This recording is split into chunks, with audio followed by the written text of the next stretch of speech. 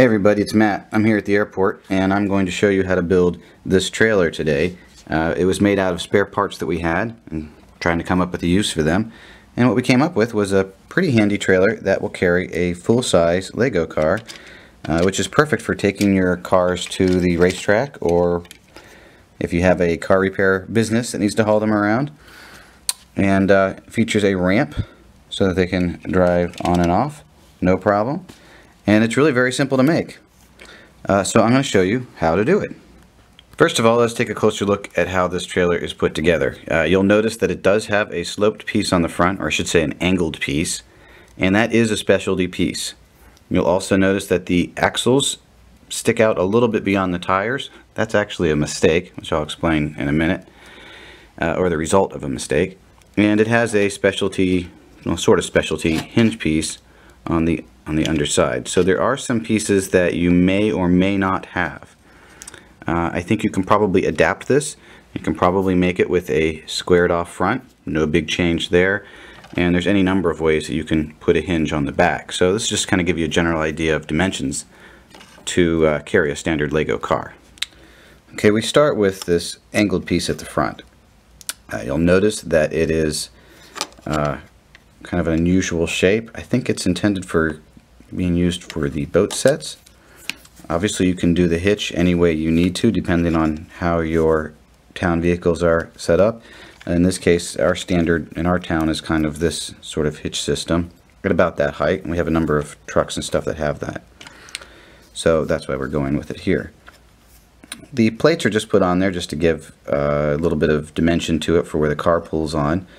And there's really not a whole lot to it. Now I will say that at the bottom, this yellow piece could also be substituted for a 8 stud long piece that's too wide, and that would actually go the whole length of the trailer. We probably would use that now if we were building a new one, but I'm just going to show you how ours is currently built. Okay, you'll have to pardon me. I'm shooting this with one hand because Tyler is in school. So if things are a little out of focus, I'm going to do my best. So this is a 4 stud deep plate, and it's 6 studs wide. Now most of our vehicles in town are 4 studs wide. We kind of pride ourselves on sticking to that. But of course, if you're going to haul around a 4 stud wide vehicle, you need something a little bit wider, and it's hard to build anything 5 studs wide, so we're going to go with this. And it's just that plate with these are 1x8 tire guides, I guess you could say, and fences. Now we do have some other pieces that are this kind of piece. You see that?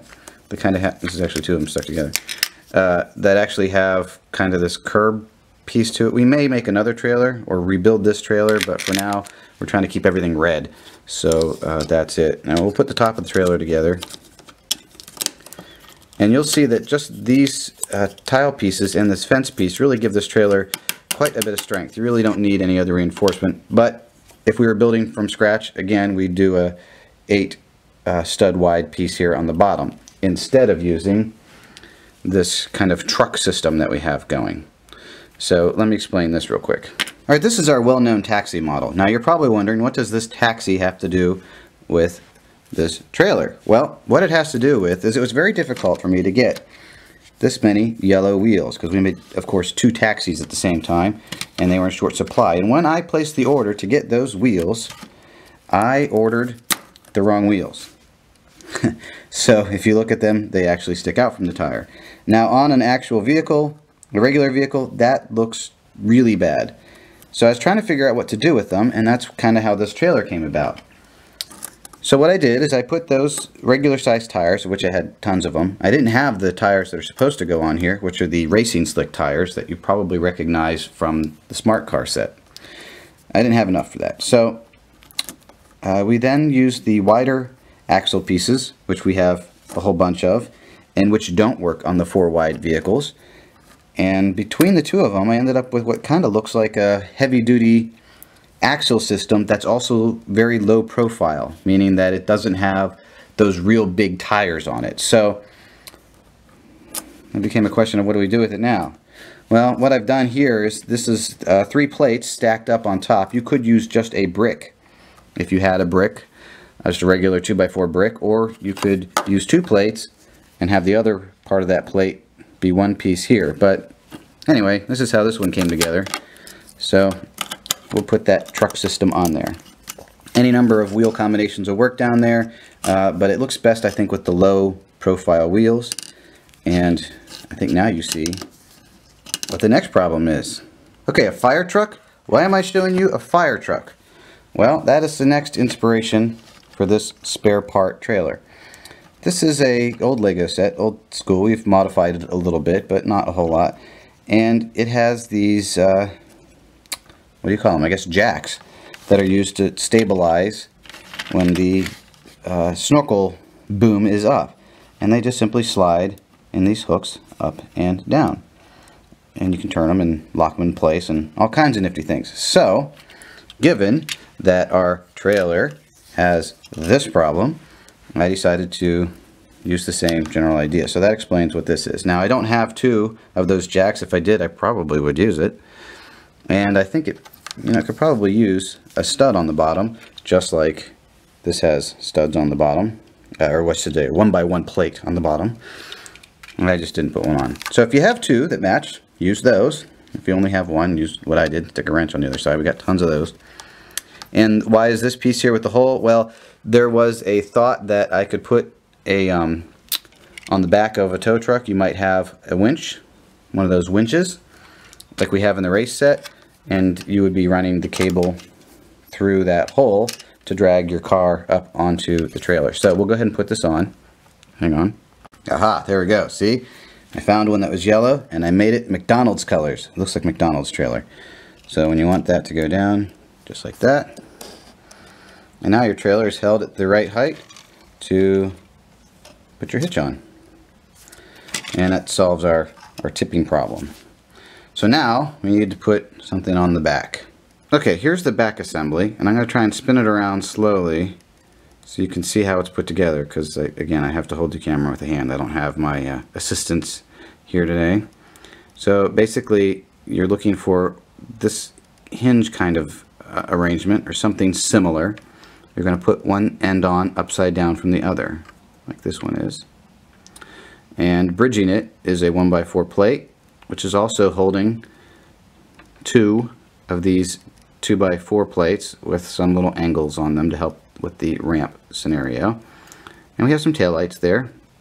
And then those 1x1 black pieces are just for trim. They actually don't do anything. You could put turn signals on there. So you could have turn signals and brake lights if you wanted to. But I don't know, it's not what I did. This is actually fairly unstable. But when we fasten it onto the trailer, it will get a lot more stable. Before I do that, this is the other piece. This could not be more simple. Look, it's a 2x6. It is a 2x6 plate that just has a couple of these centering plates on it. And that's going to go on opposite, meaning you're going to put it on upside down. So when you have your hinge assembly or your tailgate assembly done, this goes on upside down on top of it, like that. Okay, and then that goes onto the bottom of the trailer. Okay, here's the assembled trailer. As you can see, we have our ramp in place, and that's what those slopes were for. We've pushed that up onto there. We've got our stabilizing jack on there. I will admit this is not the smoothest ramp. You could probably improve upon this, maybe with some kind of an extension, maybe turn it the other way and run more tiles. But what we wanted was that when it was flipped up, it wouldn't stick out too far beyond the back of the trailer so you could see the taillights, and that it wouldn't be so long that it'd be hard to maneuver in town. And as you can see, it's about the length of the standard car. So once the ramp is down, with just a little bit of a lift and a lot of imagination, you can drive your car right up onto the trailer and then flip up the ramp, and that will hold it on. And it fits up there quite nicely. In fact, this trailer is versatile enough that if you had to, you could actually carry the tow vehicle on there and it would fit just fine. So this is a very simple way of hauling things around. Now, I don't have any pictures that I took this time to put on the bricksburg.com website, but normally I would point you to our blog. You can find links to it everywhere else. And pretty soon we'll be posting some updates to the town and the beach area specifically. Well, that's it for me. Hope you have fun making your spare part trailer or some variation thereof, and we'd love to see it. Send us some pictures. Thanks. Bye.